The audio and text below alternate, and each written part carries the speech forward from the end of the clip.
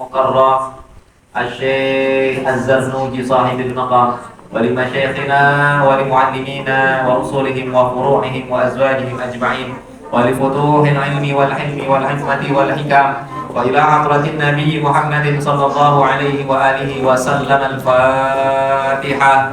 أعوذ بالله من الشيطان الرجيم. بسم الله الرحمن الرحيم. الحمد لله رب العالمين الرحمن الرحيم مالك يوم الدين إياك نعبد وإياك نستعين اهدنا الصراط المستقيم صراط الذين أنعمت عليهم غير المغضوب عليهم ولا الضالين. Bismillah walhamdulillah wassalatu wassalamu ala rasulillah sayyidina Muhammad ibn Abdillah wa ala alihi wa ashabihi wa mawala la hawla wa la quwwata illa billah amma ba'du. Wa'lamu anna an-nabiyya sallallahu alaihi wasallam qala la yanbaghi lil 'alimi an yaskuta bi 'ilmihi wa la lil jahili an yaskuta bi jahlihi wa bi sanadil muttasili ila al-imam al-muallif rahimahullahu ta'ala wa ada an-naf'a bihi wa bi 'ulumihi fid dharain amin. Qala. Sebelumnya saya mau ingetin dulu nih ya, kita kemarin lagi bahas tentang bab memilih ilmu ya, bab tentang memilih ilmu, memilih guru ya, boleh milih guru boleh ya, mau ngaji jangan langsung ngaji, tongkrongin dulu gurunya, liatin dulu gitu maksudnya, liatin datang sebelum gini. Jadi yang namanya nuntut ilmu tuh kalian datang minta izin, Pak Kiai, Ustazah, Ustaz, saya mohon izin mau nuntut ilmu sama Kiai. Itu tuh artinya kalian sudah ngetok palu pengen belajar sama beliau gitu. Nah sebelum seperti itu ya, itu kalian datangin dulu majelisnya tuh, liatin dulu ngajinya gimana, gurunya kayak apa gitu. Boleh gini ya. Mau ini kalian rata-rata kan pada anak TPA nih ya, anak TPA pada ngaji Quran. Mau milih guru silakan, cari mana yang menurut kalian bagus. Ya kalau kalian menurut orang tua kalian bagus yang mana? Ya cari dulu tuh yang bacaannya bagus. Perhatiin sini dulu. Jadi kalau misalkan khususnya untuk TPA kalian nih, anak TPA mau belajar Al-Qur'an, mau belajar Iqra, baca Al-Qur'an. Ya lihat bacaan gurunya mana yang bagus. Ya, gurunya bagus kan nih bacaan Qur'annya. Ya, pasti enggak? Dia paham makharijul huruf enggak? Dia paham ilmu tajwid gak? Dia paham tajwid gak? Dia pakai waqafnya gak? Gitu ya. Ya, hafalan Qur'annya bagaimana? Kayak gitu, ya. Paham nih? Nah, kalau kalian belajar kalau dalam TPA ini misalkan, kalian belajar Al-Qur'an dengan orang yang bacaan Al-Qur'annya bagus, insya Allah kualitas bacaan kalian pun akan bagus. Karena standarnya nanti akan tinggi. Ya, salah. Tapi kalau yang agak ngerti makhraj, yang agak ngerti tajwid misalnya, ketika kalian salah, ketika kalian bacanya tidak betul, itu didiemin aja. Nah ini kejadian ada di daerah Bogor tuh seperti itu, ya. Di daerah Bogor tuh ada kayak gitu, ya. Perhatiin nih. Nah sekarang kita lanjut. Kenapa sih? Nah, makanya Abizan doa ininya majunya ada di sini. Nah. Karena gurunya di sini, gurunya bukan di sono. Nah, ya.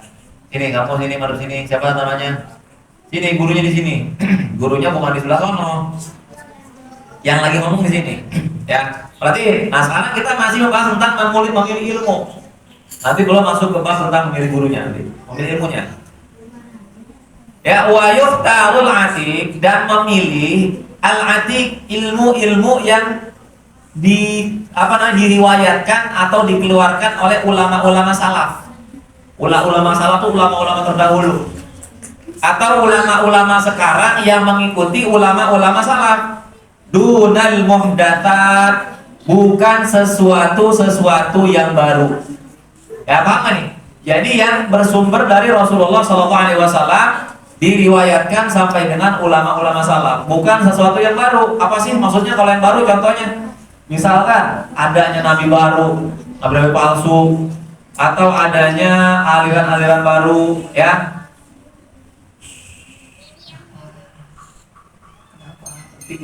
Bentar dulu sini dulu. Ya, ada sesuatu yang baru. Ya, ibadah yang dibuat-buat, yang tidak bersumber dari ulama-ulama salaf, yang tidak bersumber dari ulama-ulama terdahulu. Udah kalau ada yang berisik dimin, jangan apa, dia berisik.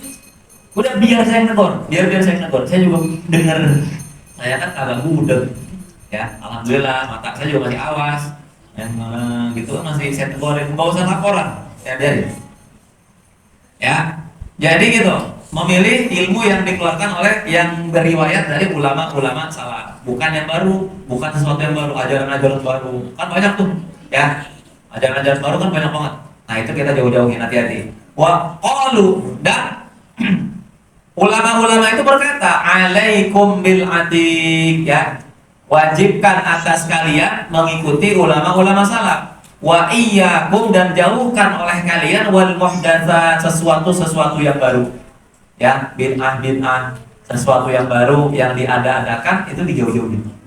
Ibadah-ibadah yang tidak bersumber dari Rasulullah dan para ulama, atau kayak ijtihad ulama, jangan diikuti. Wa iyyaka an tashtagila bihadzal jidal, dan jauhkan oleh kalian menyibukkan diri dalam perdebatan. Perdebatan, ya, ingat nih. Jauhin dari perdebatan.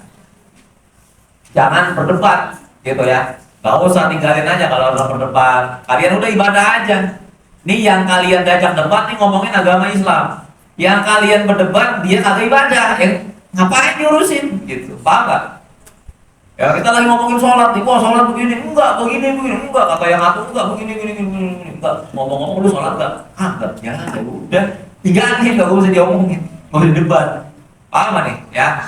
Jadi begitu. Udah. Ibadah aja. Jadi menurut kita, menurut Syekh Ahmad Zarnuji, tinggalin, jangan berdebat dan perdebatan yang lain.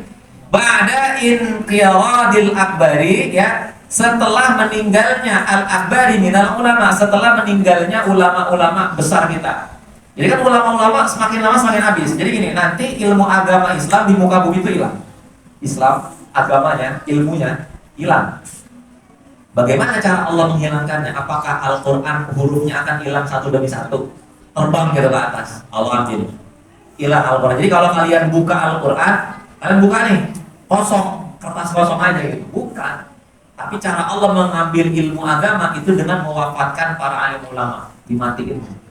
Allah matiin satu demi satu, sehingga nanti ketika kita mau belajar, orang alim udah gak ada. Maka lama-lama orang nggak ada yang belajar agama dan akhirnya hilang.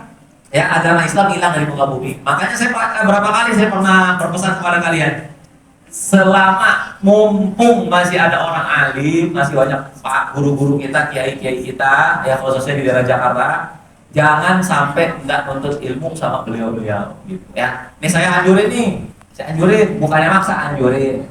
Malam Kamis kalau ada waktu datang, yang udah dewasa maksudnya, ya udah balik. Kalau anak-anak jangan, anak-anak kan bersih. Yang anak yang udah SMP, SMA, malam Kamis kalau udah ada waktu nih nggak ngapa-ngapain, datang aja sini habis maghrib ngaji sama Ki Haris, ya guru-guru kita, Ki Haris Hakam, Sasam Sudi, Satusa, gitu. Ngaji biar rame. Pertama syiar musola, meramaikan musola, meramaikan tempat ibadah, syiar Islam. Yang kedua menambah keilmuan kita. Gitu. Mumpung orang-orang alim masih ada.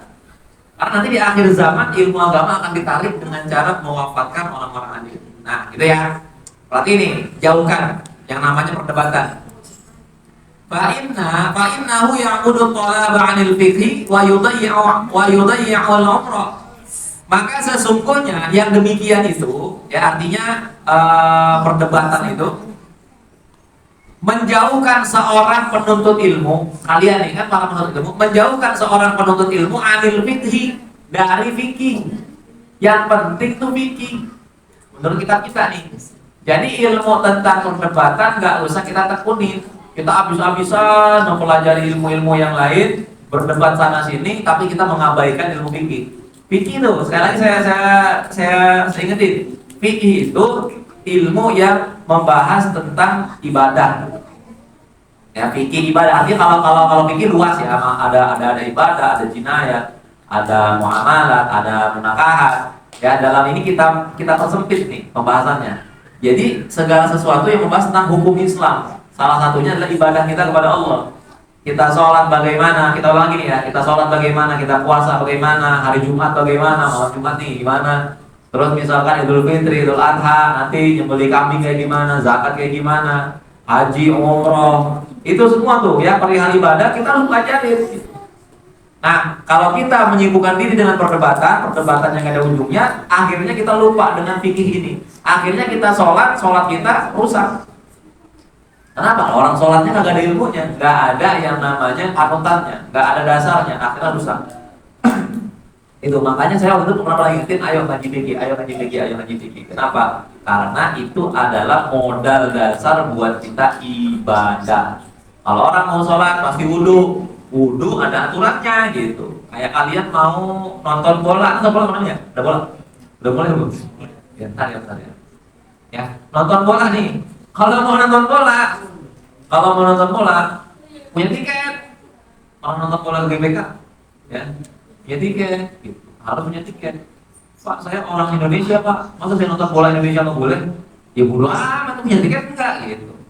Ada aturannya gitu. Ya kata Pak polisinya atau kata tentara yang jaga stadion, ya gua juga orang Indonesia, gitu kan. Lu punya tiket enggak? Enggak punya, jangan masuk. Nah gitu, ada aturannya. Nah makanya ketika mau sholat ada aturan-aturannya. Salah satunya wudhu sendiri ada aturannya, gitu ya. Sedikit lagi, bentar ya. Wa yudayyi'u al-umra, dan dapat menyia-nyiakan umur, ya. Dengerin. Kalau kita kalau kita menghabiskan untuk berdebat, meninggalkan fikih, lama-lama umur kita habis. Nih kayak kalian nih, kalian boleh nih bermuhasabah, kalian introspeksi diri. Kalian bayangin nanti ya, kalau lagi menyendiri, bayangin 10 tahun yang lalu gitu.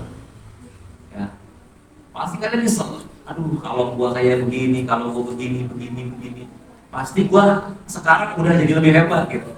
Pasti ada lebih yang lebih gua bisa, pasti ada sekarang. Kayak gitu ya. Nah itu jangan sampai buang-buang umur, gitu ya, umur, ya, bikin umur kita sia-sia. Wa wahsyah wal adawah, dan menjadi resah, ya, jadi resah, kita gelisah, aduh, umur kita habis, cuma begini-gini doang. Karena apa? Gak ada hal-hal yang bermanfaat yang kita lakukan. Wal adawah, dan malah menimbulkan permusuhan, perdebatan. Kalian ribut. Dan yang satu mendukung Persib, yang satu Persija, ya. Ribut sebar gara-gara bola, nonton ribut, ada akun, gitu, paham gak? Ya kalian ada yang dukung BDA, ya. Yang satu mendukung Indonesia, kayak Toel orang Indonesia main di sini sih, diserang kan ya, sama netizen seluruh Indonesia. Kenapa? Ya kayak gitu. Ya, adanya perdebatan, ya Toel memberikan statementnya ya salah ya, karena dia orang Indonesia, kenapa seperti itu, dan akhirnya berbuat begini, kata Toel begini, kata yang lain begini, ya debat bermusuhan gitu kan. Nah jadi hindarin yang model seperti itu, ya. Wa huwa min asyrati sa'ah, dan itu perdebatan yang ada juntrungannya, itu ingat itu tanda-tanda hari kiamat. Orang sibuk berdebat, meninggalkan agama Islam, ya. Meninggalkan agama Islam, ya. Orang sibuk berdebat, meninggalkan apa? Meninggalkan belajar ilmu agama Islam, ilmu fikih, ibadah nggak dipelajari. Nah ini hati-hati, itu adalah salah satu dari tanda-tanda hari kiamat. Wartifa'il ilmi wal fikih, dan diangkatnya ilmu dan fikih. Ilmu diangkat tuh. Orang sibuk berdebat, orang lupa sama ilmu fikih, itu salah satu di antara tanda-tanda diangkatnya ilmu agama Islam dan fikih dari bumi ini, ya. Wa kana warada fil hadis, dan ini semua tertera di dalam hadis. Hati-hati itu ya. Saya ingetin kepada kalian, makanya jangan malas ngaji. Mungkin setelah generasi mungkin ini, saya yakin setelah kalian terjadi, misalkan ada salah satu atau 2, 3, 4, 5 kalian jadi orang alim. Nah, kalian ngajarin lagi. Ntar begitu ngajarin lagi. Ya, jadi ilmu agama Islam nggak akan pernah putus dan nggak akan pernah hilang. Kecuali memang nanti Allah sudah menentukan hadirnya hari kiamat, datangnya hari kiamat, baru tuh mau nggak mau pasti ilmu akan diangkat oleh Allah Subhanahu Wa Taala. Tsumma qala wa amal ikhtiyarul ustadi Fayambaghi an yaftaral a'lam wallahu a'lamu bissawab.